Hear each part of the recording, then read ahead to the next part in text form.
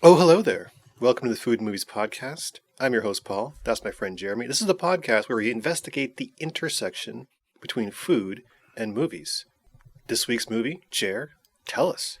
We're doing it's Christmas time or holiday time, depending on Sure how is. politically correct you are. And so we are doing I believe it's John Hughes' Christmas classic, National Lampoon's Christmas Vacation. Hell to the yes. Yeah. Hell to the jingle bells. We are doing this goddamn movie. And by the way, in the war for Christmas, we are very much on the side of Christmas. We're pro-Christmas over here. You're Jewish, but you're still pro-Christmas, are you not? Hey, whatever blows your dress up, celebrate it. You know? Okay. All right. Listen. We write Christmas on our Starbucks cups. We say Merry Christmas. We're a very pro Christmas podcast is what we're saying here. We like it. Excellent. Mm-hmm. Taking a stand early. Yeah. Just run that right up the flagpole.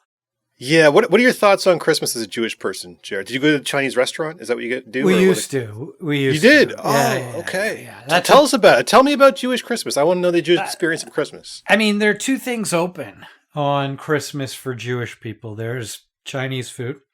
Yep. And also movies. So usually you would go to a Chinese restaurant and then catch a movie. Yeah. And when I was a kid, we didn't really do that. Like my family we were usually away or on vacation or something, right? But when I was in high school and university, I had a group of friends, like a close group of Jewish friends. And we would go and do that just because it was funny. And we like Chinese food. Nowadays. In Halifax, you did? Did we do it in Halifax? Usually I'd be back in Toronto. Oh, okay. Around Christmas.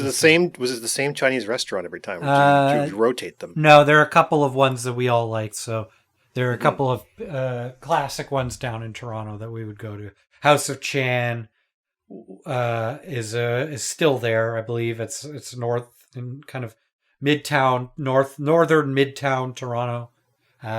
China House was across the street, but they got taken down. I think they had an issue with food safety. No, really? Yeah. And then there's like Lee Garden downtown. There are so many different. Well, we have a Chinatown in Toronto, which is just yeah. So we would do that and then go catch a movie. And that's pretty much Jewish Christmas. Was there any kind of memorable Jewish Christmases for you where it's like you saw something like you saw a particularly really good movie or a bad movie, or there was a certain incident at a Chinese restaurant that you remember? Anything? No, I couldn't tell you. Nothing. Because okay. I just don't think any of it was that memorable. Like you just go out, you have Chinese food, and you enjoy it, and you're done. I'm trying to think if there was anything. Well, I was thinking, like, someone has to make a movie called Jewish Christmas. I bet that all takes place in a Chinese restaurant. Yeah. Like, that would be amazing. Yeah. They come in from the movies. It's that episode of Seinfeld where they're waiting for a table. Similar, yeah. And like My Dinner with Andre, same deal, you know what I mean? Yeah. Or like The Big Night. The Big Night is Chinese food. And you should get the side of the Chinese people too, like the people serving the meal, like exactly. Hear what they have to say. Oh, you could do a lot with it, man. Yeah, no, I mean, if it wasn't for Chinese food, it would be very hard for Jewish people to go out on Christmas. It's a great night to go out. Everything's empty. Shout out to Chinese people and Chinese restaurants. There you go. Love them. But nowadays my wife celebrates, so I celebrate. And we do a little bit of both. We do some Hanukkah, we do some Christmas, and that's usually it. It's good times. We call that Christmas remix. A Yeah. little bit of Hanukkah, a little bit of Christmas. Throw a little Kwanzaa from time to time. Kwanzaa's in there, sure. What about you? What goes on over in your household?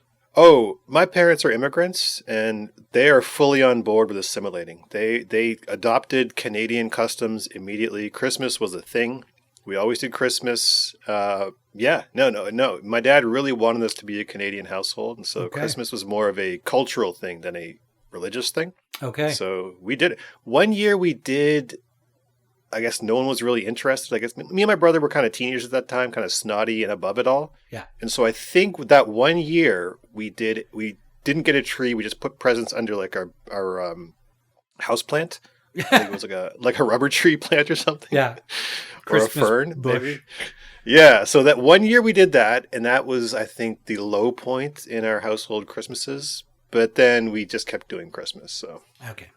yeah, there you go. Christmas, immigrant Christmas, Jewish Christmas. Listen, if we're getting days off, I'll take it, man. Absolutely. Absolutely. These capitalists, they got their foots on our necks all year round. They're not taking Christmas. I'll fight to the death. Well, they the spending up until Christmas, they got that. Yeah. It's their, it's a big capitalist holiday, right? Like there's a lot of, there's a lot of forced spending. Mm-hmm. And now I'm finding as I get older, it's like, the mailman, people that I just wouldn't. Barber, gotta get your barber. The barber, gotta hit up the barber. Yeah. Big tip just before Christmas time. Yeah. And I used to get my back waxed. Used to have to tip that lady. Oh yeah, Christmas time. I mean, definitely got to tip that lady. Oh yeah, she deserves it. Just the back, or kind of an all over thing? Just the back, man. I can take care of everything else. Nice, yeah. Mm-hmm. That's a lot of work. It was a lot of work. And if you have, I don't, but if you have a maid or a what's the a house cleaning person, I don't know. I like to call them manservants, even if they're women. Okay, all right. Yeah. Gotta tip that person for sure. Gotta tip them if you have one. Yeah, absolutely. Yeah, you gotta basically just shell out cash from the beginning of December up until, or even like mid-November if you're one of those tenacious types, all the way up until the day of Christmas. And then the next day, you can go out and spend more at half price. Hell yeah. Hell yeah. Man, yeah, as a capitalist holiday, Christmas just really is unsurpassed, I think. But I do think that the Christmas creep, as far as promotions go, like as soon as Halloween is over, you got about 48 hours before you start getting those Christmas ads. We need a holiday in between because there's got to be a little bit of a buffer, I think. Someone's got to invent a holiday between Christmas and I'm willing Halloween. to bet you there's a Jewish holiday, not Hanukkah because that's not real, but like a good Jewish holiday between, I don't know. But like kind of like a Yom Kippur that we should just get everyone involved on. Like everyone should be repenting for their sins. I don't know what it is, but we could find one. I need to repent for mine, let me tell you. Yeah, why not? I mean, there's probably a Jewish holiday in there somewhere. Or an Indian holiday? Like, is there a Diwali or something going on in there? I don't know. There is Diwali actually in between. But not many people. It's gaining steam. I think mainstream. I like Diwali. It's a good one. It's getting some steam. We've got a kite flying holiday, which I really think should be celebrated more, like a holiday for flying kites. Not enough kite flying goes on anymore. Now with drones, drones really ruin kites. Yeah, drones have really destroyed the kite industry. Yeah. Phones too, because like honestly, the only reason to fly a kite when you're a kid was because you didn't have anything better to do. But now you've got Fortnite, you've got Call of Duty, you've got endless amounts of porn. Like no one's flying a kite anymore. Like, strong German pornography killed the kite. Hell yeah! But I'll say this: I did fly a kite last summer, and it was fantastic, great time. Almost wanted to take it up as a hobby. Really, you got into it? Yeah, I was going. All right. I was looking at professional kites, seeing how that worked out. Because this was a children's kite. I wanted to get a little more, but something happened. Maybe I had a drink and I forgot about it, and never really went back to it. But I was passionate about it there for about 7 minutes. Well, I encourage it. Like I think kite flying as a hobby should be picked up more because otherwise it's going to go at a business at extinct. So and these idiots with their drones They're Yeah. gonna take over.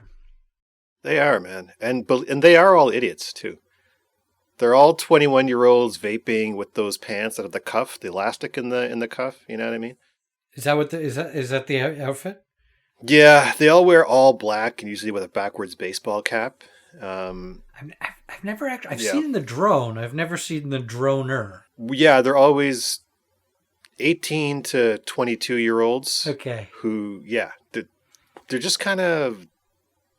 Well, I don't want to disparage drone operators because they'll probably make up all 5 of our. Yeah, audience. one of them might be watching this But this podcast. Does this get them laid? This drone thing? I have no idea, man. Like I think anything can get you laid these days. I think there's a niche for everything now. It's true, bro.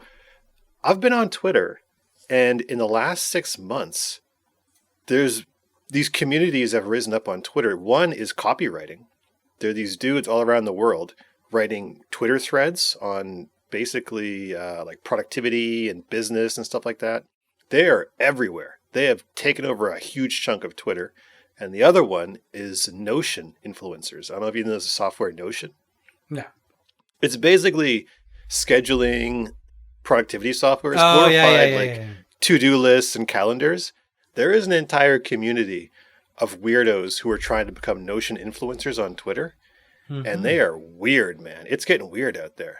We're in a little bit of a dystopia where there's even an Excel influencer who's making like $100,000 a month teaching Excel. She's a smoking hot chick. Yeah. Yeah. So I think we're going to get into this to a point where there's going to be an influencer for every product. I gotta come up with something like mundane to be an influencer for. Oh, geez. I don't know. Like, I'm trying to rack my brain too. I need to be an influencer on something like very niche. I don't know what's going to be there. Golf ball polishing. There is an entire industry of smoking hot chicks on Instagram who golf. They're hot chick golf influencers. That's a thing. I like it. Hey, you know what? If I feel like the connective thread here that we're missing out on is the hot chick part. I feel like. Well, here's the thing. It's like there's only a certain amount of like you have to be elite hot level to be just a straight up model now. Right, but if you're hot, if you're hot but not model hot, pick a niche. Oh yeah, just pick whatever a niche you want to do. Yeah. You can do that now. Hot oral hygienists. They're out there. Yeah. Oh yeah. That is a thing. That's a thing. Yeah. Absolutely. Yeah. Hot Lego enthusiasts. Hot. Chase Claypool, the wide receiver. Do you know him? Yeah. He shot a shot with a hot dental hygienist on TikTok. And how did that go? He got roasted for it, but I think he might have got laid. Hey, you got to shoot. You got to shoot your shot, right? I mean, look. That's how you do it. They're out there. They're living the dream of being a very hot person. Yep. And they're making the money off of it. I say all the more power to you. If you're able to do it, I'm not. I'm decent looking at best, and not. I think you're a handsome dude, but I'm not. But I'm not a girl. No, No. What can I do? Like I'm very pro anyone monetizing hotness. Yeah. And now there's so many ways to do it. Yeah. OnlyFans is not the only way. If you're hot and you're broke, it's your fault. You can make money as a hot person now doing anything. That's true. You have a leg up, right? You definitely have a leg up. Literally. Yeah. On OnlyFans. OnlyFans is a whole other phenomenon that I've never signed up, full disclosure. I get the psychology there. Okay. There is a psychology behind it. What is the psychology behind it? No, I don't know. This is, you should do an OnlyFans sandwich or something. And dive into the psychology of some people actually enjoy, like it's almost a thrill of the hunt, right? There are exabytes of, I don't know if an exabyte has been achieved yet, but of pornography that you can access for free on the internet. No problem.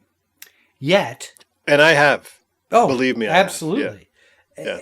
And yet, some people are just like, I'm going to go pay for it.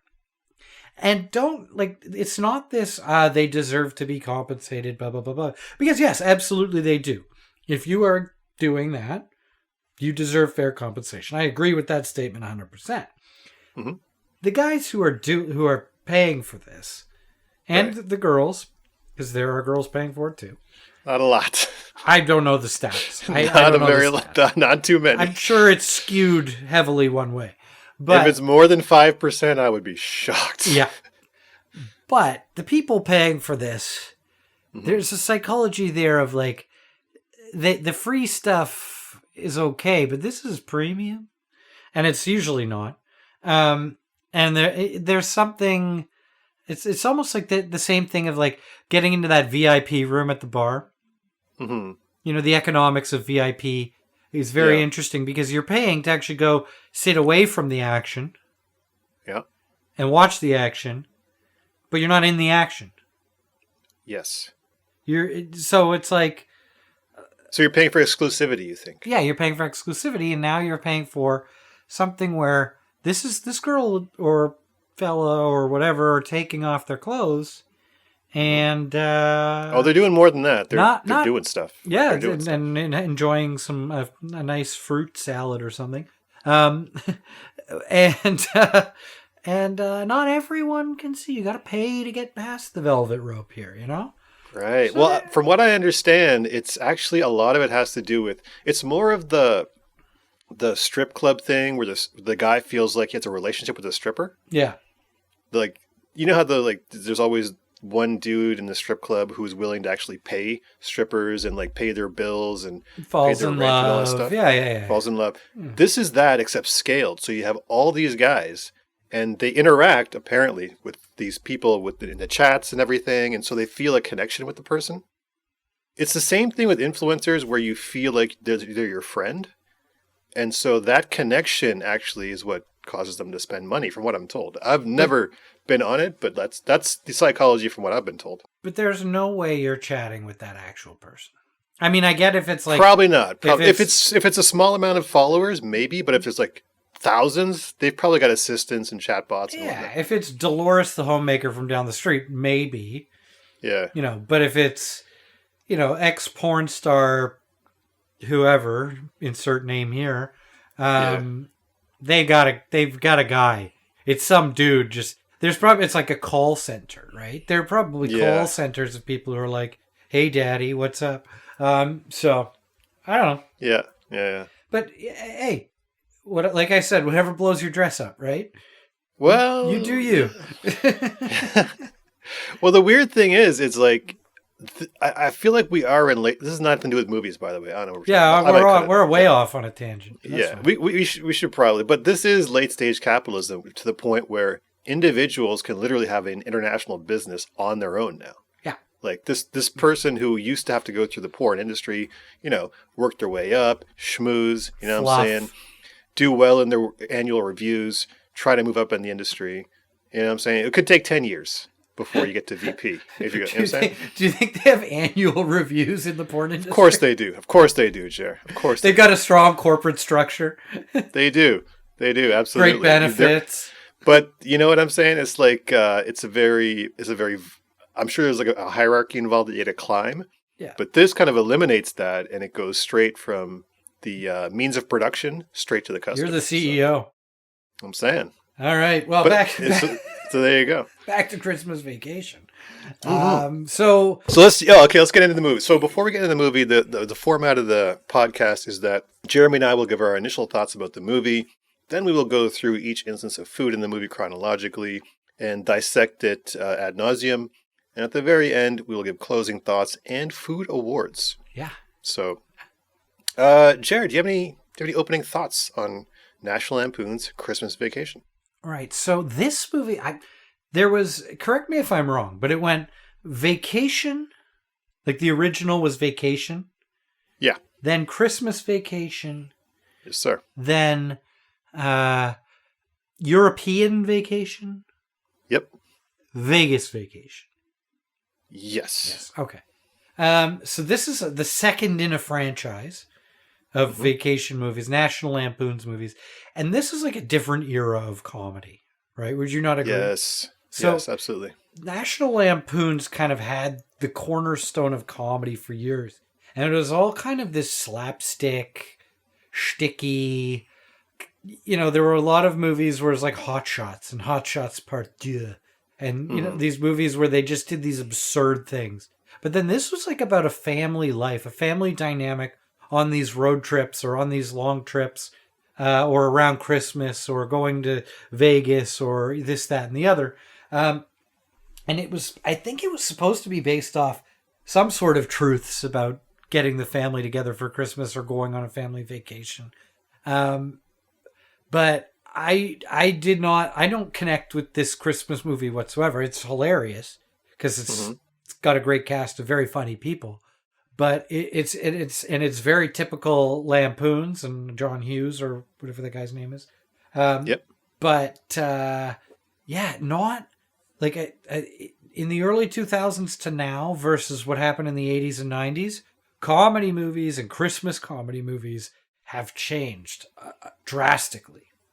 Oh, yeah. The themes are still there, but the execution is completely different. Yes, absolutely. But it's funny you mentioned that, how comedy, the state of comedy back then as opposed to now, and National Lampoon, because National Lampoon was created out of the Harvard Lampoon. Mm-hmm. So the Harvard Lampoon in the 70s, it was a magazine, it was a comedy magazine, and they decided, a couple of guys who worked at the Harvard Lampoon decided we should just keep doing this, but make it a real magazine for everyone, not just Harvard students. So they created the National Lampoon magazine, the comedy magazine. And from there, a bunch of those writers for the National Lampoon went on to work or were the original writers of SNL. So so it went from Harvard Lampoon, National Lampoon, SNL, and then the National Lampoon magazine was bought by a conglomerate, and they decided to leverage the brand into other media. They had like a radio show, and then they started making movies. So I think Animal House was the first movie. I don't, nerds at home. I don't know. I couldn't tell you. But a lot of comedy after, like, National Lampoon basically brought Harvard into the comedy world. Right. Before that, comedy writers and comedy in general was just like a mishmash of like just weirdo, like a lot of them were writers from magazines and newspapers, just regular writers who just happened to be funny. Yeah. And a lot of them came from stand-up comedy, and a lot of them came from vaudeville. Okay. So it was a bit more of a lower class thing for a long time, and then Harvard came in and just, pulled out their dick and was like, we're in charge now, guys. So comedy is ours now. And Conan was the first guy to go from Harvard to Hollywood that was not through National Lampoon. Again, before that, like TV writing staffs and most of the writers in Hollywood were just a ragtag bunch of schmucks, funny guys, mostly Jewish guys actually, but they weren't Harvard guys. And so now you go to Hollywood, and I mean, every writing staff is just Harvard guys and guys from Chicago who are in the Chicago, sketch comedy scene. Like Second City. Well, Chicago's got a whole thing. They got Second City. They got the Chicago Improv. They got hotbed for improv comedy. Yeah. Yeah. This was, I think, the start of the wave of Harvard people that kind of took over comedy at that time, and have continued to do it to this day. So that is the Harvard connection to National Lampoon and the Harvard connection to comedy, which has continued to this day. It's funny you bring that up, because I was going to say Animal House. There are two movies for me that really changed comedy. Like, it made comedy, like it brought raunchy comedy kind of into the mainstream and made it, I don't know, some sort of, it's funny, I didn't know all this stuff you were telling me. And one was Animal House and the other was Porky's. So Porky's, I have not seen either one. Oh, okay. I've seen parts of each one, but not together. Porky's is brilliant in so many ways, and it inspired movies like American Pie. And it's the raunchy comedy genre. Yeah, it's that raunchy. Yeah, it was a little bit of TNA and like just people like just it's just savage, right? So Porky's and Animal House kind of both did that. Animal House was a little cleaner, but it was still like pretty insane. And then from there, it snowballed. And then you got into the slapstick, right? Like the Naked Gun movies, like anything with Leslie Nielsen. Um, Yeah. that was like, By the way, those guys, I think they started with Airplane. yeah, Those guys who did, those guys were advertising guys. Anyway, continue. that makes sense. Yeah. Airplane was brilliant. Airplane's one of my favorite of the comedy movies, like that slapstick kind of, and that's why I was talking about Hot Shots and Airplane, Naked Gun. They were all kind of parodies, right? They were sending up. Yeah. Genres. And then the parodies. The parodies were brilliant. Naked Gun was kind of a parody of something, and then there was Loaded Weapon. Hot Shots was a parody as well. Yeah, Top Gun. And Rambo was the second one. Yeah. And then Loaded Weapon, I think Emilio Estevez was in that one. Lethal Weapon. Was a knockoff of Lethal Weapon and a few other movies. And that movie was hilarious. I remember watching that as a kid and just losing my mind. And high in the stoner comedy genre as well. Yes. And then it all went different. Right? Then we had... Yeah, I think... What happened? Tell us what happened. Oh, we had like Old School and The Hangover. Okay. And... You know what? You know which comedy I think really kind of changed everything's direction was the Farrelly Brothers with There's Something About Mary. Yes. That pushed things so far. Yeah. And everyone was like, okay, we got to really step it up now. Well, the Farrelly Brothers, Something About Mary and the one about the Mormon bowler with Randy Quaid. Kingpin is one of Dumb and Dumber, also them. Dumb and Dumber. Jim Carrey, a lot of Jim Carrey movies, but Dumb and Dumber specifically. Farrelly Brothers might have kind of changed the trajectory of comedy into something that's like... I think they did. A little bit more, I don't know if I would say intelligent, but not as shticky as National Lampoons. Yeah, that's a good way to put it. It was not as shticky. Like there was a lot less shtick. There's just a lot of like really savage moments. You know, like I went and milked your cow. We don't have a cow. We have a bull.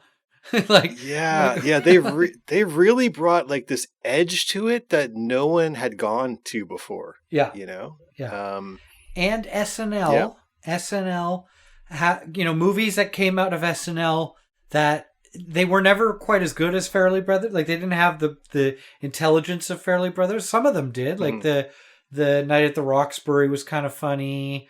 MacGruber has its moments. But I don't know. That was what, like, I think you're right. Something About Mary. There was a huge culture shift in comedy away from Christmas Vacation or these kind of movies into something a lot less shticky. And then now we're kind of in this dead zone. Well, I think now everyone, like, there's so much content out there and there's so much, the internet has just got so much weird stuff out there that I think comedy has just gone completely just like, we need to make this as weird as possible. Yeah. Like as left field as possible. There was a point when every comedy would have some washed up celebrity from the 80s, like Neil Diamond or something. Yeah. As a character, and he was an active character, but they kept calling him by his full name, like, hey, Neil Diamond, stop doing that. You know what I mean? Yeah. Like, that was a thing for a while. What was that Neil Diamond movie? There was a whole movie with American Pie guy. But there was a trope where they would just bring in some washed up guy. Yeah. You know, it could be Lou Ferrigno in Henry Winkler. Henry Winkler, but then he would often turn out to be a jerk or like depraved or something, and that would be part of the recurring joke. You know what I'm saying? Mike Tyson. That's how Neil Patrick Harris got his career back. It was White Castle, when they were like, no, NPH wouldn't do that, and then his career, and then he got that TV show, and then his career just like took off. Yeah, from the. We need to call it something. I'm not sure what to call it. The weird cameo or the celebrity insertion. Like that might not be a great. It's more of an OnlyFans kind of thing, but but that celebrity kind of cameo genre there was a period. You're right, and then and it made people's other dude from the Neil Patrick Harris show, Jason Segel, is that his name? Jason Segel, yeah. He did a bunch of those where he was buddies with Paul Rudd and they like Rush, and all of a sudden Rush got super popular. And these movies would just bring back people's careers. Yeah. was crazy. That was one good thing about them. Yeah. But like, where do you think comedy is? Do we know where comedy is now? I'm not even sure we know where it is now. I think it's interesting because there's a lot of dark comedy right now. Like I just finished watching the second season of White Lotus, and it's very funny, but it's very dark, right? And it's not like I haven't seen it. Is it worth watching? Oh, the writing on both seasons is fantastic. Okay. But it's dark, but it's like dark funny, like it's absurdist, but it's weirdly funny. And then I find I like what Mindy Kaling is doing. A lot of her shows are quite funny. Where the one where she was a nurse, and then the one now she's written for other people, I think is quite good. There's a cultural thing she's trying to do, and I get that. But I find her to be quite funny. There's some good stuff, but it's very kind of, it's either dark, subtle humor. Because then there was a time where like movies like Napoleon Dynamite, where it was like, this isn't outrageously funny, but there's a weird comedy there. Royal Tenenbaums. There are some very funny scenarios, but it's not like old school where it's just like dick and fart jokes. There's a sophistication to the comedy that a lot of people are like, I don't find that funny, and a lot of people are like, I find that funny. But I think now comedies I feel like they're very writing based. They're almost like plays. Yeah, where it's all about the dialogue. It's all about the rat-a-tat back and forth. Yeah. It's not so much physical anymore. I think it's more playwrighty, I think. And that's a trend that's definitely, I agree. There's a trend happening, and, guys like Aaron Sorkin kind of led the way on the rat-a-tat conversational type stuff. I think Judd Apatow too. Apatow, for sure. Because he would do that thing where he would set the camera up and he'd be like, all right, let's just do 20 takes, do everyone different, and just riff. So I think you see that a lot where it's just a couple characters and a two-shot just going back and forth. You know what I mean? So it's gotten very dialogue based, I think. Yeah. There's a lot less people getting kicked in the nuts, which, there's a time and a place for people getting kicked in the nuts. Yeah. It's very funny. OnlyFans is the time and place. Yeah. There we go.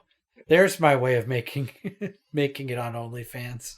Hey man, someone's got to make a living doing this stuff. As long as I can find a hot chick to kick me in the nuts, this could be. Yeah, I was reading about National Lampoon's Christmas Vacation, and man, it was nice taking a trip back to the '80s. But when I was watching this movie, though, it really felt nice and comfortable, and things felt under control at least. Yeah. Whereas I think now the world feels very out of control. Yeah. I don't know if it was an illusion or not, but I don't know. Cold War days felt pretty good. Something wholesome. There's something wholesome about this film, even when it all goes to crap. Chevy plays this so straight. Yeah. Oh, Chevy Chase was magnificent in this movie. Yeah. Apparently, though, I was reading on Wikipedia that John Hughes wanted Chris Columbus to direct this thing. Yeah. And he quit because Chevy Chase just disrespected him, just did not respect the guy at all. And so he quit, and then this other guy ended up directing it.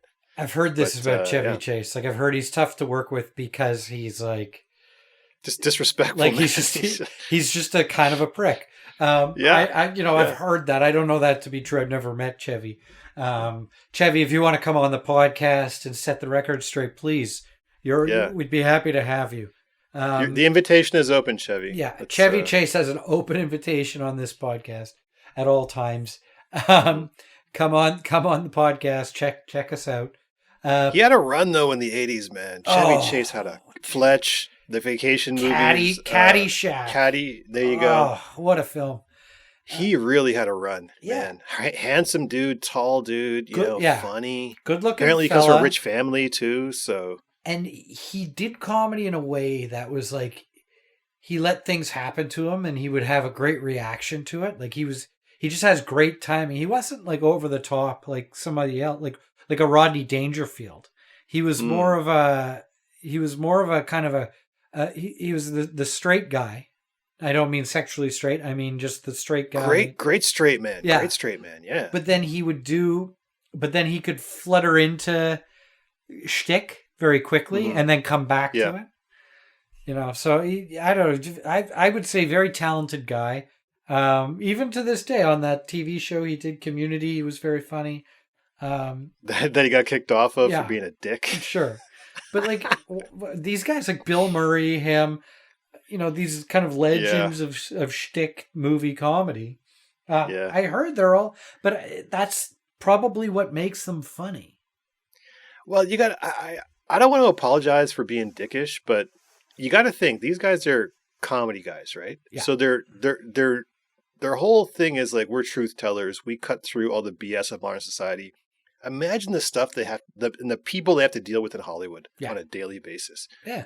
If that's not going to make you a douche, like, I mean, just dealing with all these schmucks every day, just like, oh, God. I bet if you put 5 of them together in a room, they just start going at each other. Like just trying to one-up each other. Like there's a competitiveness there. There's playful ribbing, whatever you want to call it. But that's kind of the world they live in at all times, especially if they're stand-ups. Mm-hmm. Like they live in a very aggressive world. Like example, my mom worked in government research for years. So she knows how to she gives good advice on how to navigate a corporate structure. So she'll say to me, tell us some advice. Well, hang on. So I'll say something, this happened at work, and she'll say, well, why don't you do this, this, and this, and this? It's like, I work in advertising. It's different. We don't do it that way. And this is like the comedian, right? I'm not equating myself with guys like Chevy Chase, but just as we do stuff differently. It's like the normal corporate structure versus advertising is like comedic acting versus, other acting. Right. Right. Yeah. Because not every actor can do comedy. Some dudes who come in, like, I find The Rock to be very good at comedy. I think he's actually better at comedy than straight acting. I would say so. I think he can be very funny. And sometimes you can do that. Some guys have the ability to, or people have the ability to jump over, but it's much easier for a dude like Adam Sandler to do a very serious movie and do it well than it is for a Mel Gibson to jump over into comedy. Yes, that is very true. The thing about acting is that comedy is good comedy is irreverent. You have to be relaxed while you're doing it. If you come off as earnest, it doesn't really work. No. And actors are the most earnest human beings on the world because they just want to get a job, and that comes off in their energy a bit. So I can see how it could be tough for an actor to do comedy, and the ones who do make it tend to take themselves really seriously. Yeah. So not a great formula for comedy shows. A lot of great comedy comes from taking yourself very seriously. If it's done the right way, if you are committed, seriously committed to the shtick, mm-hmm. as Chevy is as the straight, that's what they call them. This isn't a sexual thing. They call guys like Chevy the straight because he's the guy that lets things happen to him. Other people that do that well, Stiller does that all right. He's great at that. Yeah, Stiller's great at that. Jerry Seinfeld has done that very well over the years on his show. He did that quite well. Made $1 billion on Seinfeld being the straight guy. Yeah, and that's kind of what it is. And then there are guys like Jack Black who aren't that, right? They're the that kind of guy, right? So yeah. And that's in this movie, in Christmas Vacation, Chevy's kind of the straight. He's the guy that's got the hopes and dreams, and guys like Randy Quaid show up. And Randy Quaid's great at being the well, everyone around him is kind of the joke, the clown, the yuppies next door, his family, his extended family is hilarious. His extended family's great. Yeah, so he does play a great straight man with those little subtle nuances of comedy. Yeah. So shout out to Chevy Chase being a straight man, also a bit of a douche. We don't really care though. Those times are over. Yeah, allegedly a douche. I can't confirm. And Chevy, please come on the pod. Like, please. Yeah. All right, so let's get into food, bro. So, minute 13 in, this is a great scene because I remember back, like a lot of these movies in the 80s, a big part of it was the kind of trappings of corporate life and how much corporate life sucks. And minute 13, we get into it. He's in a corporate office and he has a Tasmanian devil coffee mug. And he's talking, and his job is as he's a food additive designer. This is the first time on the show we've actually had a character whose job was this involved in food. So it's a historic moment for the podcast. I mean, except for Primo as a chef. True. Oh, that's true. Yeah. But this guy's involved in the science and corporate side of food. Right. And he mentions that he has just created a crunch enhancer non-nutritive cereal varnish. It coats and seals the flakes and prevents the milk from penetrating it. Yeah. This is the man's job. He's got a Tasmanian devil cup. And I want to say, I've worked in non-advertising jobs, and there is a type of dude in corporations, the type of dude who would have the Tasmanian devil on his cup. I am fascinated by that dude.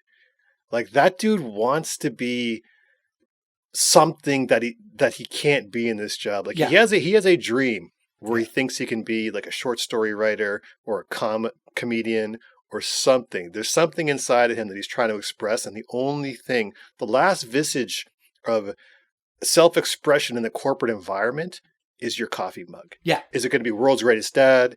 Is it going to be, something sarcastic? Is it going to be nothing? Is it going to be the company mug? The Tasmanian devil mug shows you that this man is somehow trapped in his situation. So I thought that was important. Yeah, the novelty coffee mug is a great example of just like what it goes to that movie Office Space, the Mike Judge film. Which we should probably do on this podcast, by the way, because that's a great film. Oh yeah. Is like it's that flair. It's exactly that. We want you to conform. We want you in a cubicle. We want you wearing the same suit every day. Yeah. But here's your one little place of freedom. Yeah. Enjoy it. Just enjoy it. Back when we were in the office, did you have a coffee mug? Did you? People gave me, but I didn't. I would go and get Starbucks. Like people gave. Okay. My partner, I'm not going to say her name, but you know her name. Gave me a coffee mug at the time. And it says like creative or something on it, and I was like, yeah. And it sits in my coffee mug cupboard downstairs, and we use it. I use it here, only because I don't, I have coffee. Now what's funny is now that I work from home, I drink coffee out of a mug every day. But when I worked in an office, I never did because I would just go and get the Starbucks downstairs because I was, bougie like that. Hell yeah. Let him know, Jared. Let him know with that Starbucks cup. I don't remember. Did you? You had a tea. I drank tea. You had a tea set up. I remember that. Yeah. But I did have a relationship with a coffee mug at the place because remember Alex, the Russian admin assistant? Yeah. Oh, yeah. I was always... Let's edit that out. I was always... I had this ongoing thing with her where I kept accusing her of being a Russian spy for Putin. That's smart. And she ordered special in the mail a coffee cup with Putin's face on it just to troll me with it. So there you go. Awesome. Yeah. Shout out to Alex if you're out there. Hope you're doing well. Yeah, come on the pod. Do my timesheets for me again. Yeah. So moving along, minute 22. This is a great scene that I noticed. They're in the kitchen and it cuts to Juliette Lewis, the daughter, by the way. Love Juliette Lewis. Juliette Lewis was a thing back in between 85 there was a period and where she was like kind of hot. Like she was a thing. She was, and it wasn't totally looks. It was attitude. Like she had a kind of a sexy vibe. I like. She had her own thing, man. And then she's been in some Tarantino things or Rodriguez. She was in Dusk Till Dawn. I think she was Natural Born Killers, which was Natural Born Killers. Yeah. And then was the brother? Was that Galecki? In this movie? Yeah. Rusty or Russ Griswold. I don't think so. Oh, okay. Galecki was one of the kids in this movie, by the way. Okay. Fun fact. Yeah, but Juliette Lewis is cutting. There's a great scene. This is actually a decent food scene because it cuts to Juliette Lewis peeling carrots, Yeah. and then they have a little mundane exchange between Christmas logistics, basically who's coming, what's going to happen. But then the scene ends with the wife cutting a head of lettuce. Boom. So the two editing points, it was editing in, editing out with vegetables. So I thought that as a food scene, decent. Very well done. And in a funny little back and forth between the two. Yeah. The mom, I believe, is the mom and Chevy are the only two characters that were in all of them. And Randy. Yeah. Were because the kids changed all the time. Yeah. Yeah. Randy, man, made his career out of this movie. Yeah, he killed it. Randy, he lost his mind, but God, he was a gem. Wow. I think he's still alive. Art imitating life, life imitating art. And then his brother, the polar opposite, Dennis. Dennis is a handsome devil, bro. Like, imagine having Dennis Quaid as your brother. How much that would suck. That dude is I don't know. An all-time handsome guy. Not as sexy as Randy Quaid. Come on. Hey, listen. Whatever you like. Whatever your genre is on OnlyFans. Whatever blows your dress up, like I keep saying. Mm-hmm. Moving on.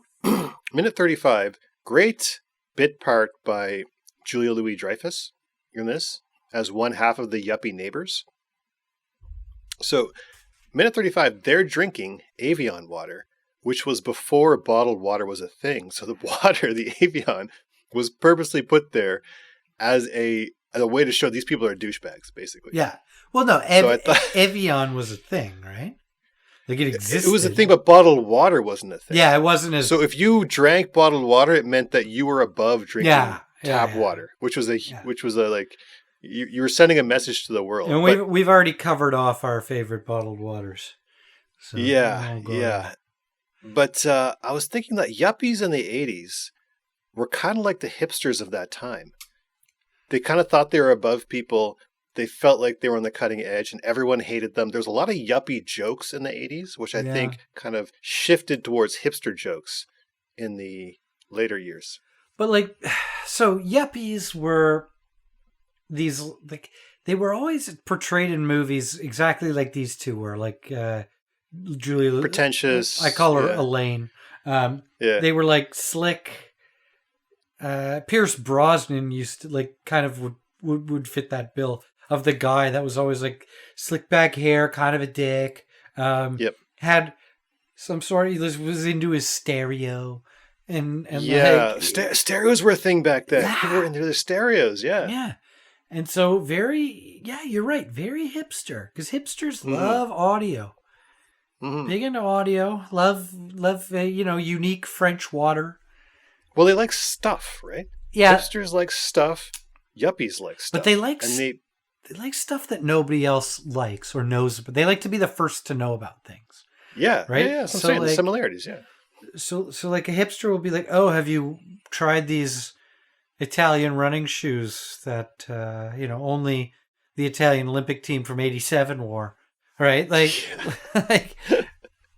Why? I don't care. Like my Reeboks, but yeah. All right. And it's usually people of upper and middle class, kind of socioeconomic groups, basically. Yeah, like they're wealthy because they have to be. They have to afford. They have to feed the beast, but. Because the super rich don't care. That's different. They don't care. That's a different thing. They could not care less. They don't care what they look like. They don't, because they're super rich. And all their friends are rich, so they don't have to buy cool stuff to impress their friends. Everyone has. They have the cool stuff. The hipster / yuppie, if we're in the 80s, 90s, demographic. Their whole their consumerism is based on staying ahead of the trends and others' opinions. Yeah, it's sort of like they want to be culturally competitive with their purchases. They want you to know that they pick something that you don't know about or most people don't know about. Yeah. Oh, I'm that way with restaurants. Oh, really? I'm 100%. When people are like, "Have you been to XYZ?" and I'm like, "Yeah, I've been there Come on. But have you been to? There's a Latvian restaurant in in Parkdale where where have you been to that one? Yeah. No. Well, you got to go there. It's fantastic. Tell them Jer sent you. There is that, and that comes naturally with everyone. It's just the hipsters and the yuppies from the 80s. You're right. Seem to be better at it. They seem to focus. They're a bit more competitive on it. about it. Yeah, And it depends on your genre, right? Mm-hmm. Interesting. Yeah, it's a weird thing. And I will say it is mostly with white folk. They tend to be the people who engage in this kind of behavior. I'm not sure why. I would hope that it's opening up. I tried to be a brown hipster for a while there. A bripster? A bripster. Yeah. Didn't take too well. Didn't work? I'm working my way out of it. I mean, I bet you could grow a hell of a beard. The difference is when a brown guy grows a beard, you kind of look more like a terrorist than a cool guy. I didn't say it. You did. I know what I said. Maybe a mustache. Maybe mustache. Again, you look like Saddam Hussein or Stalin or something. Stalin was a good-looking dude. Oh, as a young man, he was the big fella. Stud. Yeah. Oh, yeah. I mean, he was no Rasputin, but Rasputin had those eyes, bro. Who is? Right? Who is? I don't know. How many Rasputin characters are out there we have no idea about? You know? Like that, what's his name, Miller, down in the States? That weird, creepy guy? Like the guy behind the guy, you know what I mean? No, I don't know, but there's dudes out there behind the scenes who are like Rasputin-esque. Who are Rasputining it up. All right, fair enough. Yeah, like Epstein. No one knew about that guy. You know what I'm saying? Like, how many Epsteins are out there? Oh, dude. Who are kind of... Like, the only reason we know about Epstein is because he was into Little Girls. But what if there's an Epstein out there who's not into Little Girls, who's doing the same shit, manipulating people and He's just got an island of normal-aged girls. I think that's Richard Branson. Oh, you think he's... I mean, that guy has an Richard island. Branson's? And he likes normal-aged people. I like Richard Branson. Richard Branson, come on the podcast. Yeah. Richard, if Love you're free. To hear from you. Promote your cruise line. It looks great. Yeah, we'll get you some followers, Richard Branson, if you're interested. We'll get you 5. Sure. At least 5. Minute 45, Clark and Eddie having a conversation over some good old eggnog. Just a couple of dads chatting about dad stuff. Good old one-on-one conversation, you know what I mean? Eggnog. How do you feel about eggnog? I need to know your opinion on eggnog. I've heard it's actually reindeer semen. Can you confirm or deny that? I don't know. I've never sucked off a reindeer, but is that going to demonetize you it? Expect us to buy that? I don't know. Dasher was good looking, but no.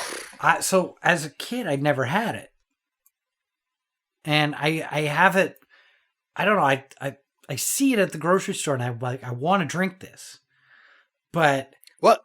As a foodie, I assumed you had at least tried it once. I know I've tried it, of course, but okay.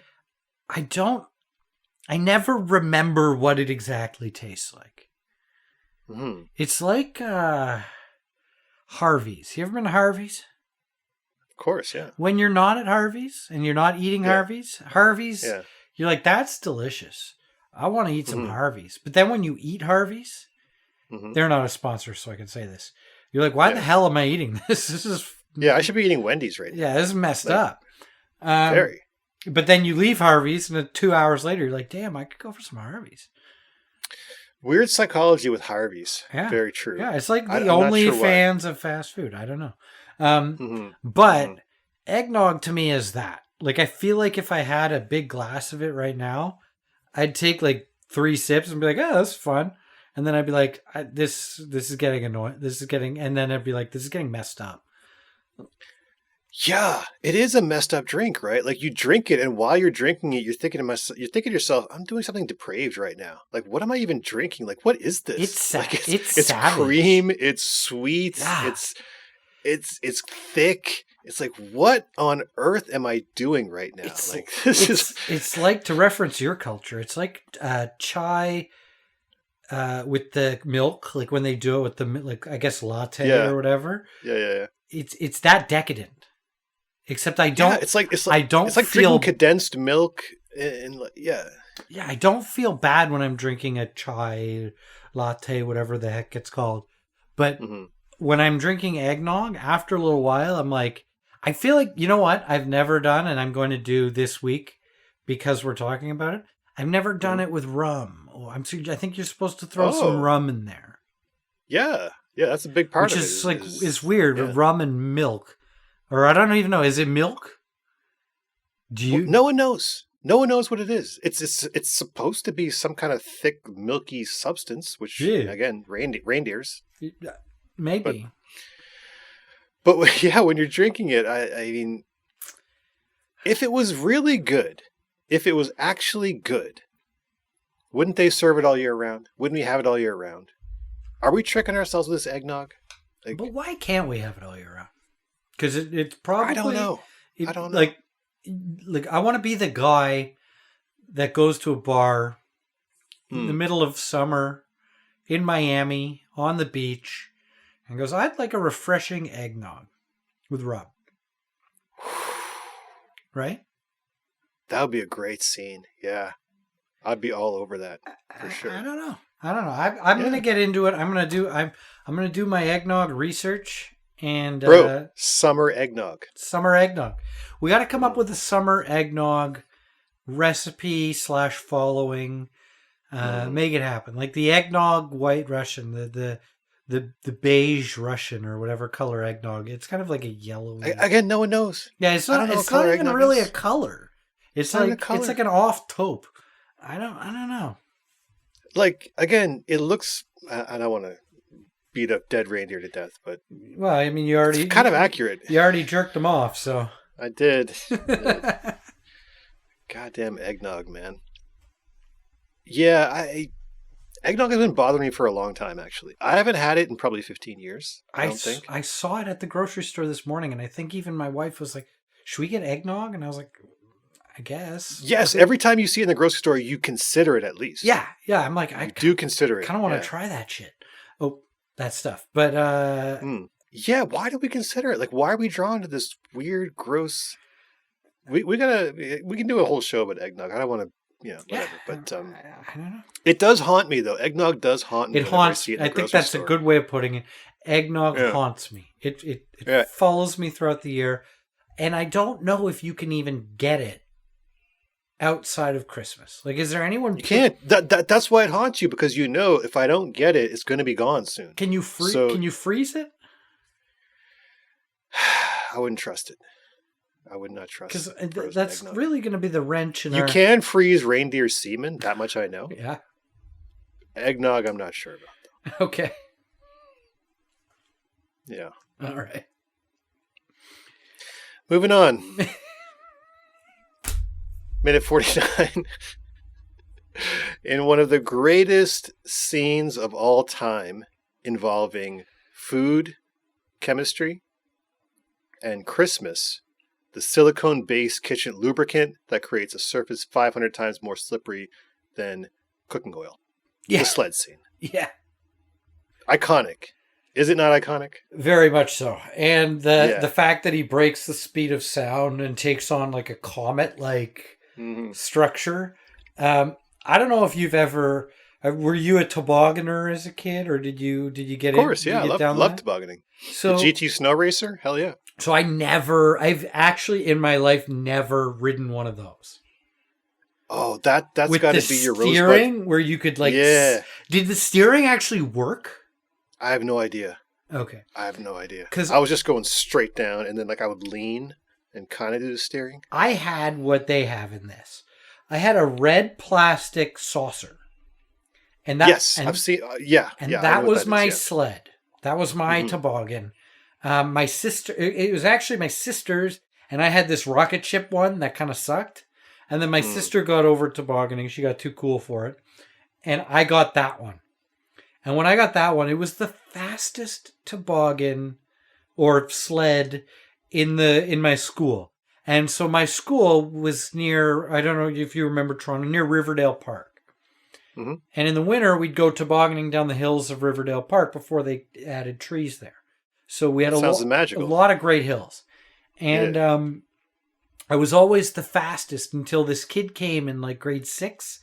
He Oh, signed no. up to the school, and he had a metal one, like Chevy has. And that kid sailed. But it was so Wow. dangerous. Because you'd hit a bump or you'd hit a jump, Yeah. and you'd be like sideways. And then we would take Pam spray, and we'd spray the bottom because of this movie. Did it work? I don't think so. I don't okay. think so. All right. I couldn't tell you. We never really timed it. We didn't really get the the chronographs out, time it through. But I love this scene because of that. It reminds me of my childhood tobogganing. That's a great that you mentioned that you tried that, because pre-internet, no one knew anything. You know, if we saw something in a movie, we would try it. We would literally be like, hey, let's put some Pam cooking spray on this sled. Like, why not, you know? We literally thought that if you bought Michael Jordan's shoes that you'd be able to dunk. That's how dumb we were. Yeah, it was so easy to sell stuff to us. We would just believe it. Yeah. But nowadays, everyone just knows, we got Google. Yeah, but what gives me hope is that Alex Jones has made like $100 million selling health supplements. Yeah. Have you seen Alex Jones? Big fat guy. I mean, he's still alive, so something must be doing it. Listen, if that guy made a goddamn fortune selling health supplements, we've got a chance to sell something in this society still. So we should come up with a sled grease.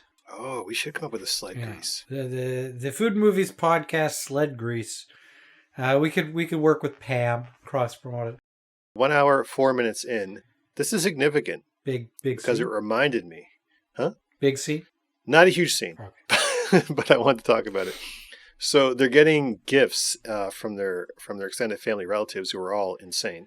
Yeah. And someone gives them a gift of a Jell-O mold with Jell-O wrapped up. So it's like Jell-O pouring out of this box. Yeah. But actually the oh shoot, I'm going to save the Jell-O thing for later because I have more to say about it. Okay. But around the dinner tables, especially at holidays, Thanksgiving, Christmas, any kind of dinner scene is just pregnant with comedy potential. Yeah. Like you can do so much with it. And this one, when they start doing the saying grace and the senile aunt starts saying the Pledge of Allegiance. Yeah. And then while she's saying the Pledge of Allegiance, Eddie gets up and takes his hat off and puts his hand on his head. When the turkey is brought out, the thing is, I remember in sitcoms and in pop culture that it was a real masculine thing to be the guy who carves the turkey. Yeah. You remember this, right? Yeah, I do. Yeah. And for Chevy Chase to go in for the turkey and it deflates because it's so dry. It's almost like a scene out of Aliens. Yeah. But like somehow turkey, the Thanksgiving or turkey itself and carving it became this example of virility for men. Yeah. And to have the turkey collapse like that, I think was really kind of like shows the humiliation that this guy is going through, that he can't even carve a turkey. Like he's been emasculated by this turkey. Well, the turkey emasculated him because it was so poorly cooked. But what was funny about it is it came out and looked perfect. It looked beautiful. And then he and it opened. But so two things. First thing is I want to stay on this turkey carving. There was a whole industry around turkey carving.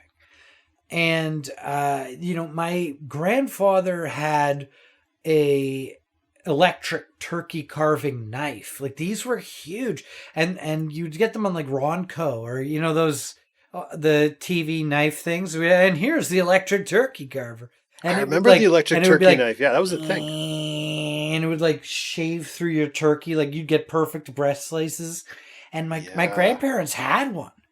And did it work? I don't know. I don't know if they ever, as Jewish, very Jewish people, we don't celebrate Christmas or Thanksgiving.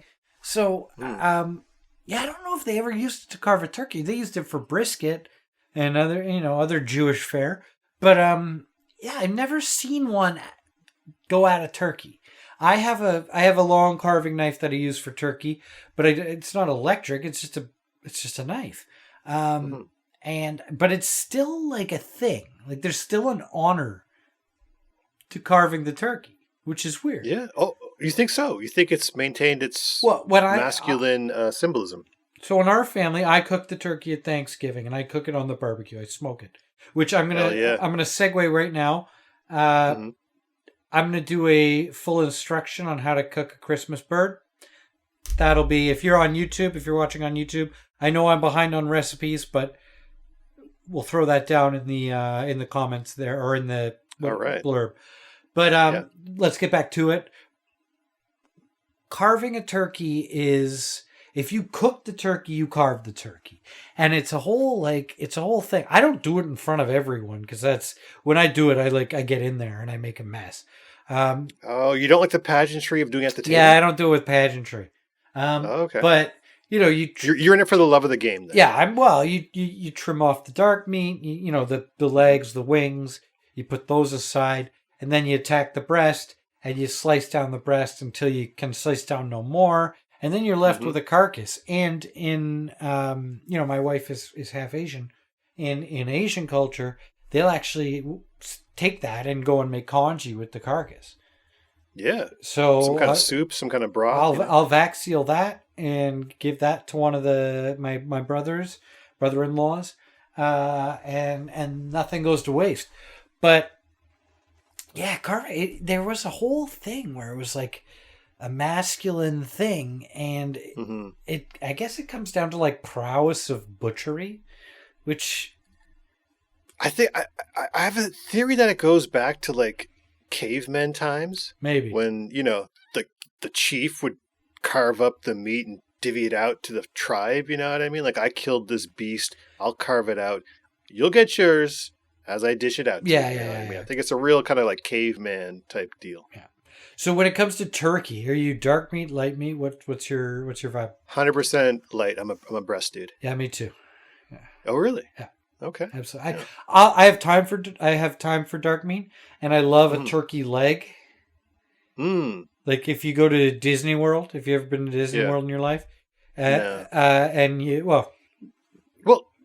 how do you eat your turkey leg? Do you lift it up like Fred Flintstone? Oh, yeah, absolutely. Go at it? Absolutely. Yeah? I get the full leg, At Disney World, in Magic Kingdom, they still do it because my wife and I went back as adults. Don't ask. And had turkey legs still. I did it when I was a kid and had a turkey leg. When I was adult, had a turkey leg. They still do them. And they're fantastic. I love them. I think about them all the time. I like it. Wow. Is it just like the baked turkey and the leg pulled off, or do they do them a specific way? They just get the legs. I don't know what they do with the rest of the turkey. Okay. And they're probably putting it in to feed the alligators, the kids on It's a Small World or whatever. But right. Those are little people. Yeah, those are real people. But yeah, no, I like a good turkey leg, but to your point, I'm a white meat guy if it's moist. You can gotta be moist. You can save it with gravy. Don't get me wrong, you can save it with gravy. But if you don't know how to brine a bird, you're gonna learn because I'm gonna teach you. But you got to brine the bird, and there are ways to keep it moist. It's very important. Oh, is there? Very important. How do you tell us the secrets, buddy? Oh, I want to know how to keep that bird moist. You got to subscribe. Okay. There you go. In short, brine the bird, baste the bird, use bacon. Bacon fat. Fat keeps things moist. So a bacon lattice over the top can really help. Oh, that sounds awesome. Yeah. Very visually appealing, too. Oh, yeah. It's a showstopper. Do you eat the bacon as part of the meal? Yeah, you chop it up, throw it in with the stuffing, whatever you want. Okay. Do you put any fruit in your stuffing? I don't put stuffing in my turkey because you're an outside stuffing guy. Because if you smoke a turkey, it's not necessarily the safest thing to do. Okay. I stuff the turkey with apples, lemon, lime, all kinds of fruit to get some effervescence in there. Okay. Yeah. But stuffing wise, what's your stuffing strategy? I don't put fruit in my stuffing. I'm a savory guy. I don't know. So you're outside stuffing, no fruit Yeah. in it, just Well, regular. sometimes Savory I'll just stuffing. throw down some stovetop because that stuff's great. I love stovetop stuffing. Yeah. I might get some today.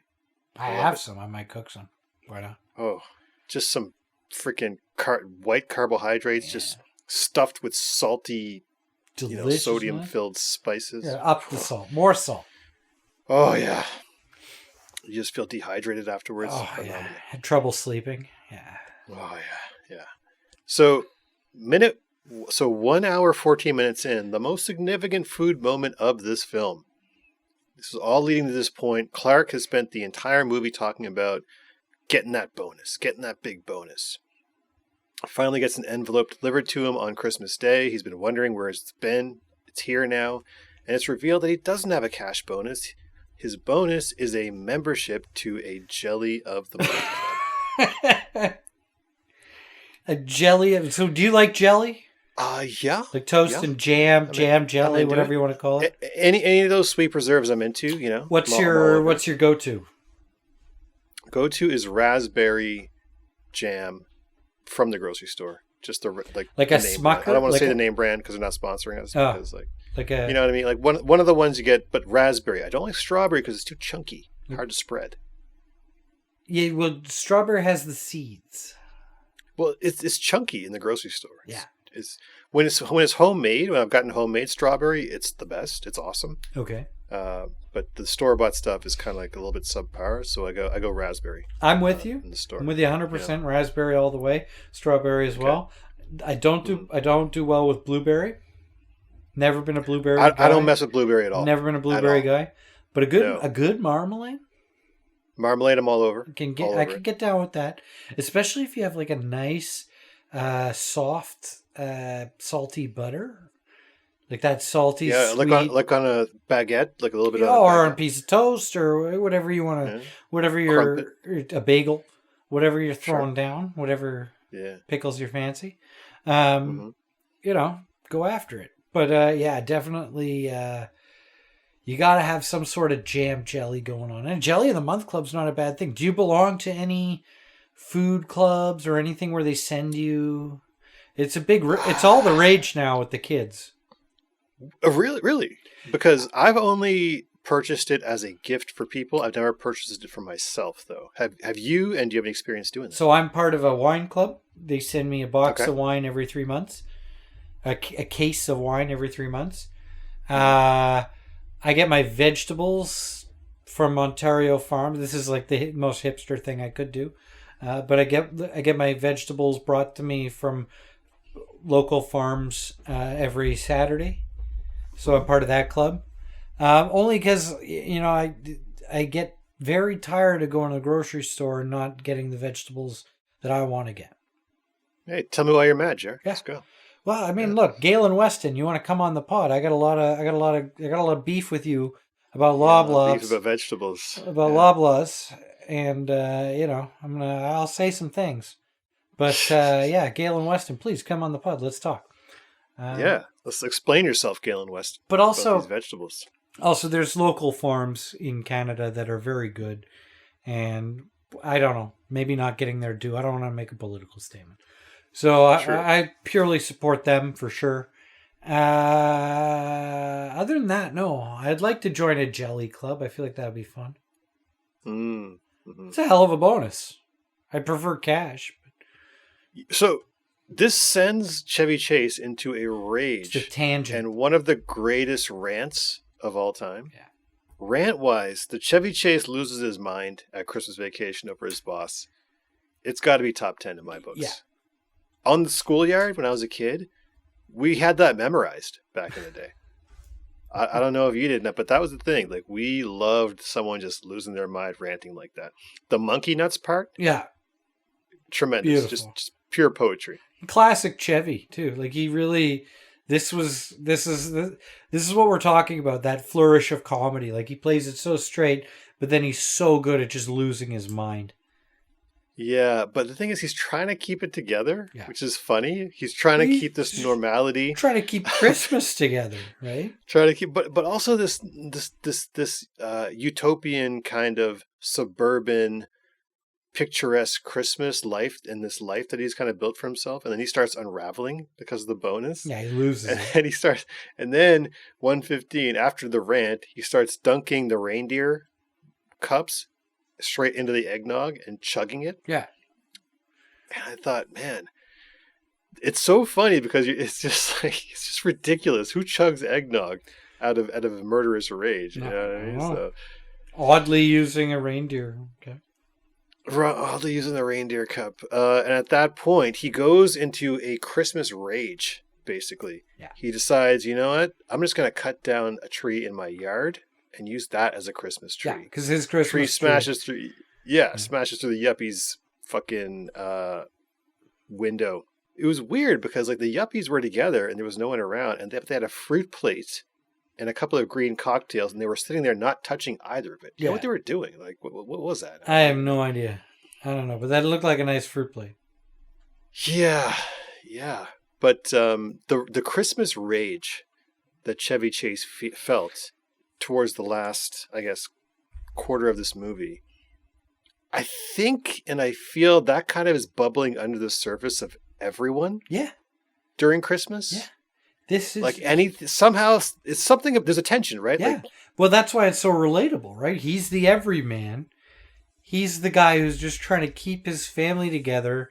He's doing everything he can. Not that they're like separating or anything, but I mean like keep everyone involved, keep everyone engaged, keep everyone happy, and everyone has their own cockamamie schemes and agendas. And Randy Quaid's a sociopath, and everyone is, all this stuff is happening to him. He can't get his Christmas lights working. The sewage, Randy's dumping his thing. There's explosions. The Christmas tree goes to hell. The old senile aunt puts a cat in a box. You know, like it's just pandemonium, and he's trying to do is just keep it together, and he finally loses it. He finally just his wife is she's the exposition. Like she's very supportive. Yeah. She's very But she gives the exposition of Clark, you can't keep it together, Clark. Like, as opposed to a film like Burnt, that's all exposition. I know I'm bitter, but certain characters can be that voice of exposition where it's like, here's where we're at, here's the plot, Clark, you can't keep it together, Clark, and then finally he loses it. She called that toward the whole movie. It's like, Sparky, like this happens every year, and that's kind of what happens, right? The volcano erupts. Yeah, I think it's this is kind of like 80s Reaganomics time where everyone it was really trying to keep up with the Joneses, I believe, at this time. Yeah. It was that fast-paced 80s. There was a whole lot of consumer culture and just, again, like you're talking about, like stereos were a thing back then. Like, there was stereo advertisements back then which were basically comparing your stereo to the size of your penis. Yep. You know what I mean? It's like, if you don't have these speakers in this stereo system, you're not much of a man. Like, let's be honest here. So there was that real, I think, everyone was trying very hard to conform to a standard back then. It was post-punk rock. It was post-hippies. It was post-everything. Everyone was just trying to be normal, I think. Yeah. Yeah. And pre-hipster, too. So. Well, there was a period of conformity that came about in the 80s. After the 70s and in the 80s, there was a lot of like neon and cocaine, but then it all kind of in the 90s, it all kind of, I don't know, everything kind of chilled out. 90s got very cynical, I felt like. Yeah. Grunge was very cynical. But 90s, everyone was really depressed in the 90s, I think. Late Goths 80s showed up in the 90s, too. People wore shoulder pads. Like, I don't know, it got weird. Well, I have a theory about this, actually. Go on. I think certain decades were built on particular drugs. Yeah. So I think the 60s was built on acid. Sure. I think the 70s was built on weed. Yeah. And I think 80s. Incontrovertibly, it was cocaine. Oh, yeah. Like, the 80s was a decade built on cocaine. Yeah. the movies, the fashion, everything, the music, just the way things everything. looked. Yeah. Yeah. What do you Like, think? look at the rock and roll stars. Like, are you kidding? Someone on cocaine had to have invented that entire like look and style and everything. Yeah. What do you think? The '90s heroin. Yeah, 90s was heroin chic. Yeah. Yeah. Yeah, real depressing, real kind of like navel gazing, mopey. 2000s was like ecstasy, Molly. Yep. Yeah. Party drugs. Yep. Where are we now? I don't know where we're at now. I think now we're at prescription drugs. Everyone's on a prescription drug. Yeah, Oxy. Yeah.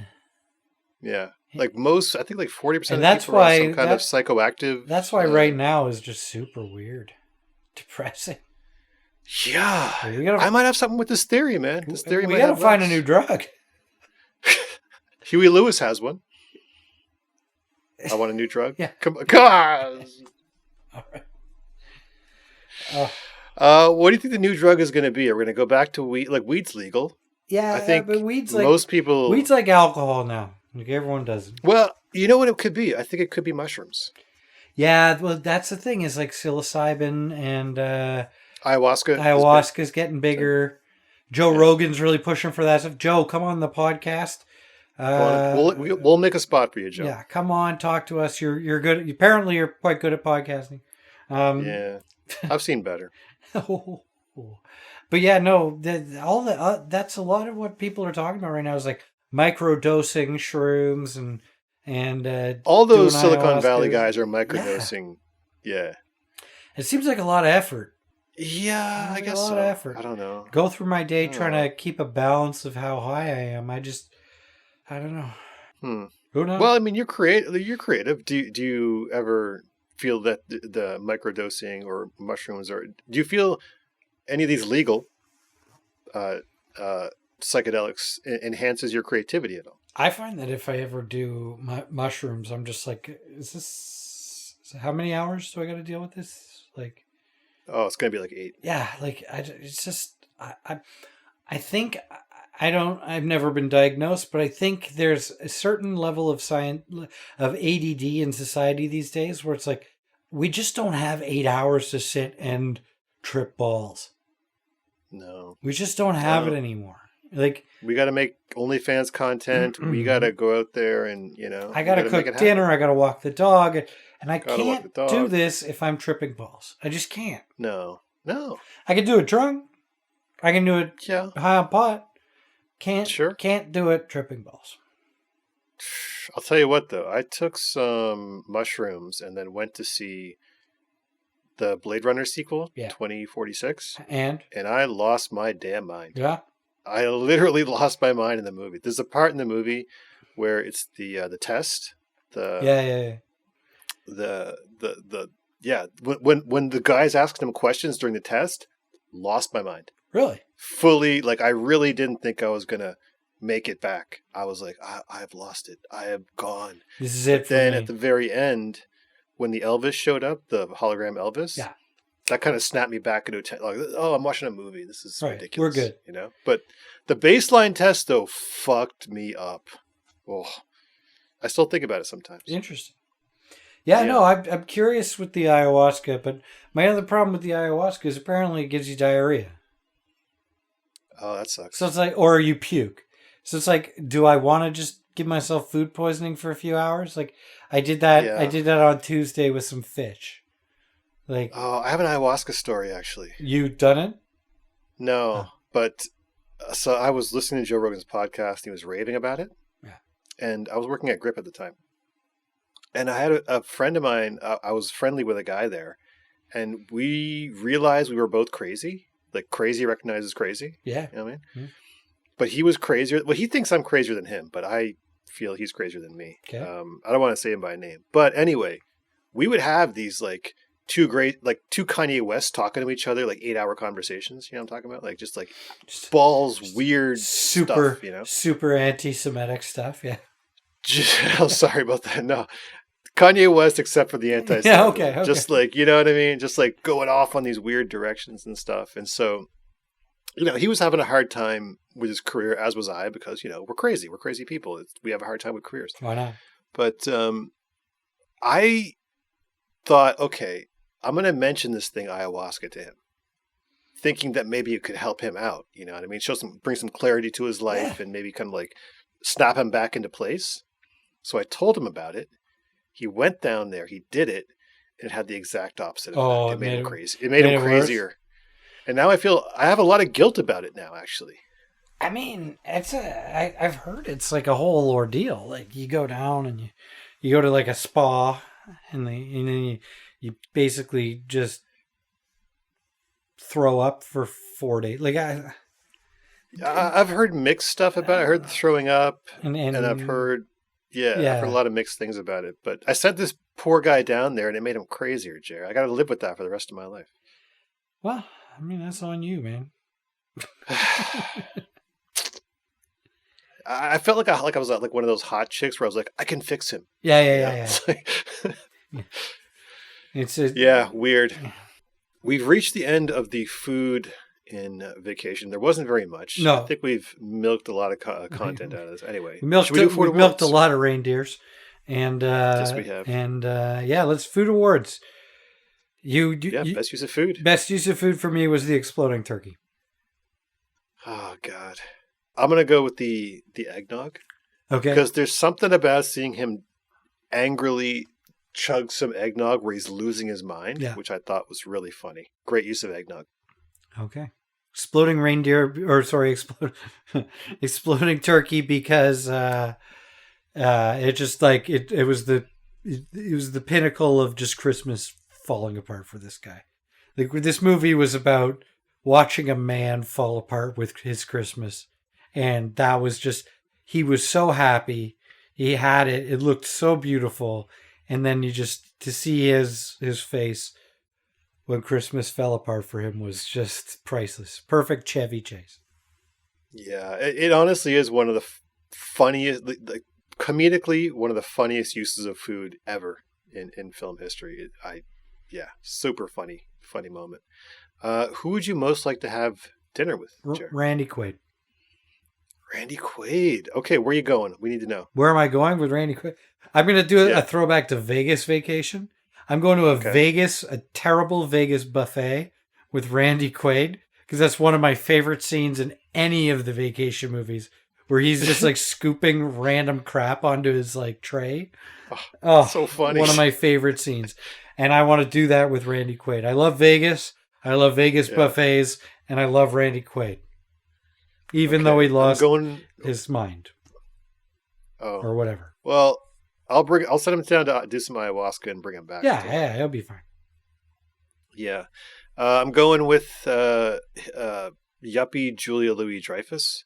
Fair enough. Because she seemed interesting to me. So, yeah. I liked her. I respect that. She seemed like she'd be very bossy in the bedroom. Well, it depends on how your relationship, really. I think she'd probably try. Yeah. And depends on how you respond to that. Yeah, it depends on what you're into. Well, no, I'm not going to ask you. You're married. I don't want to go. We're not going there. Oh, man. Right. So, parting thoughts on Christmas Vacation. I mean, this is an iconic film. Yeah. It really is. It set the tone. I don't remember any Christmas comedies before this. I'm sure there was. The dude with a rifle. That was supposed to be funny. What? Snoopy was supposed to be funny, I guess. Oh, the Christmas Story. Yeah. I don't know if that's so much of a comedy as I put that in a Christmas movie. This is a Christmas comedy. Although that movie's funny, this is a whole different. This is a comedy. Right. Well, funny you mentioned that. I was also reading on Wikipedia that after Chris Columbus quit the directing gig on this movie because Chevy Chase was a douche. Yeah. John Hughes made it up to him by giving him Home Alone to direct, which also takes place during Christmas. Yeah. So, he also discovered America. So, good for him. Yeah, that's like number 3 on the resume, I would say, after Home Alone. He did a Harry Potter, didn't he? Did a Harry Potter. Yeah, the first Harry Potter. Yeah. The first one. What's funny about John Hughes is I was thinking about him. He was an ad guy too, actually. He worked in advertising. He was a copywriter. There you go. And I love the way he attacked his career at Hollywood, he's like, because he just became the creative director. Yeah. He's like, here's a script. Okay, you direct it. Yeah. And this is who you're going to cast, and this is what it's going to be about. So he would hire directors the way we hire commercial directors. Like, this is our vision. Like a vendor. You execute it. Yeah. So, and it worked extremely well for him. Like, he was way better and more productive as a writer than a writer-director, I think. Even though he's great as a writer-director, too. But direction's a pain in the ass, man. Yeah, I hear you. Yeah. Parting thoughts. Ratings. Are we giving this a rating? Right. Yeah, as a movie? As a movie, I gotta go 4 Jello molds. Okay. So it's the number 4, but in a Jello mold. Yeah. Okay. Not 4 individual Jello molds. No. 4, the number 4 in a Jello mold. And as a food movie, not much of a food movie here, so we got to go with the one Juliette Lewis shaving the carrot. Okay. I will go as a movie. I will agree with you at 4 pints of reindeer semen. And as a food movie, yeah, it's a hard one. I mean, not a ton of food. 1 exploding turkey. Kind of just, there's some food. The food doesn't really perpetuate the story. It's there's a little comedy around the food, but But like, it could have been great because it's about a food scientist and he gets disrespected with a coupon for food. Yeah. Like, on paper. And Christmas dinner, there was a lot of room for comedy there. They just didn't do it. You know what? They had the opportunity and they really missed it as far as a food movie goes, I think. Yeah. Doesn't mean it's a bad movie. Love it as a film. Great Christmas movie. And to those of you that celebrate, Merry Christmas. Merry Christmas. Happy Hanukkah. We will see you next time with, we don't know yet, do we? Probably Home Alone. We want to do it. We want to get 2 Christmas movies in, right? Nice segue from this. Nice connection to this movie. Right, to Christopher Columbus. These are spiritually connected, these 2 movies. They are, in a lot of ways. Yeah. Anyway, that's the Food and Movies podcast, everyone. Thanks for joining us. See ya. All right, good job, Jer. Nicely done.